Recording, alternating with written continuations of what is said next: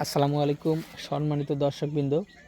এই মুহূর্তে দেশ ও প্রবাস থেকে যারা আজকে আমাদের এই ভিডিওটি দেখছেন সকলকে আন্তরিক শুভেচ্ছা অভিনন্দন জানাচ্ছি। দর্শক, স্ক্রিনে যে ঘাসটি দেখা যাচ্ছে এটি ইন্দোনেশিয়ান স্মার্ট নেপিয়ার ঘাস। দর্শক, গরু ছাগলের জন্য এই ঘাসটি চাষ করতে পারেন। খুবই হাই প্রোটিনযুক্ত ঘাস এবং খুবই উচ্চ ফলনশীল ঘাস। দর্শক, বর্তমান সময়ের সেরা ঘাস বলা যায়। দর্শক, আরেকটি ঘাস বাংলাদেশে ব্যাপক সাড়া ফেলেছে, সেটি হলো গুয়াতিমালা হাইব্রিড। দর্শক, সেই গুয়াতিমালা হাইব্রিড ঘাসটিও কিন্তু আমরা আমাদের জমিতে লাগিয়েছি। চাইলে সেই গুয়াতিমালা হাইব্রিড ঘাসের কাটিংও আমাদের কাছ থেকে সংগ্রহ করতে পারেন। তবে অবশ্যই আমাদের স্ক্রিনে দেওয়া নম্বরে যোগাযোগ করলেই আমরা আপনাদের কাছে স্মার্ট নেপিয়ার যারা গুয়াতিমালা যে কোনো ঘাসের কাটিংই কিন্তু পৌঁছে দিতে পারবো।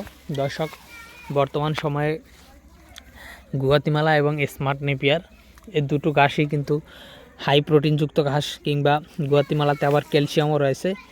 সেক্ষেত্রে জারা ঘাসটি আপনার ফলন ভালো হয়, কিন্তু জারা ঘাসে তেমন বেশি প্রোটিনও নেই এবং ক্যালসিয়ামও নেই।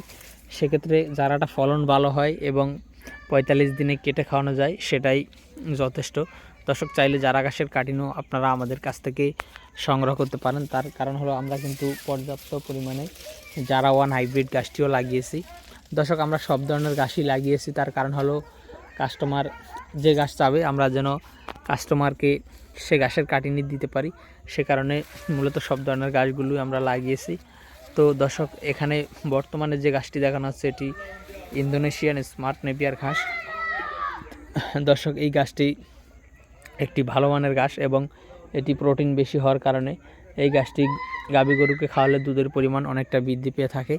তো দর্শক, আমরা এই ইন্দোনেশিয়ান স্মার্ট নেপিয়ার ঘাসের পরিপক্ক কাটিং বর্তমানে সেল করছি। আপনারা যারা এই কাটিংগুলো সংগ্রহ করবেন তারা অবশ্যই আমাদের স্ক্রিনে দেওয়া নম্বরে যোগাযোগ করবেন।